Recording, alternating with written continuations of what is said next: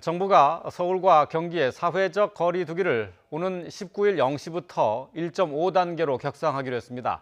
이런 가운데 코로나19 신규 확진자는 나흘 연속 200명을 넘었습니다. 취재기자 연결합니다. 신현준 기자.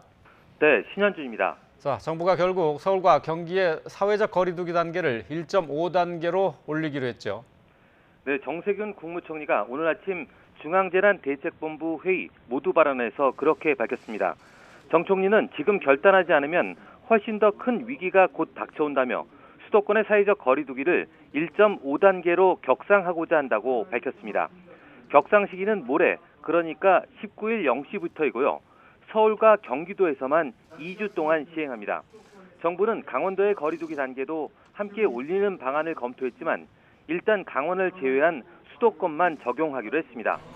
정 총리는 우리 국민 절반 이상이 밀집한 수도권의 상황이 매우 심각하다며 최근 일주일 동안 수도권에서만 하루 평균 100명이 넘는 확진자가 발생했다고 전했습니다.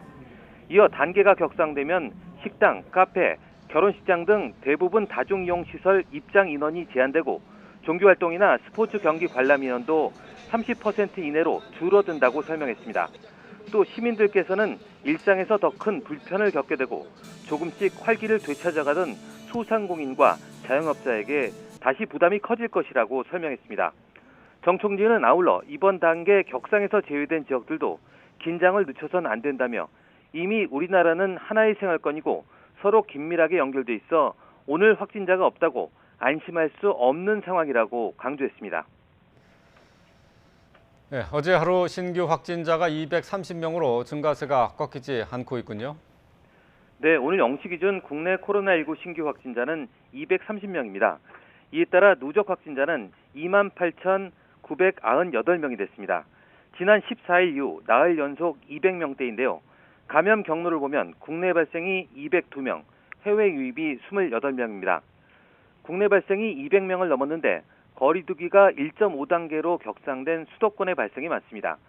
서울이 87명, 경기 38명, 인천 12명으로 수도권에서만 137명이 추가됐습니다. 그 밖의 지역에서는 광주가 18명으로 가장 많았고 전남이 16명, 강원 13명, 충남 9명 등입니다. 해외 유입 확진자도 28명입니다. 8명은 검역 단계에서 확인됐고 나머지 20명은 지역에서 확인됐습니다. 어제 사망자는 발생하지 않아 누적 사망자는 494명을 유지했습니다. 위중증 환자는 5명 늘어 60명입니다. 지금까지 사회부에서 YTN 신현주입니다.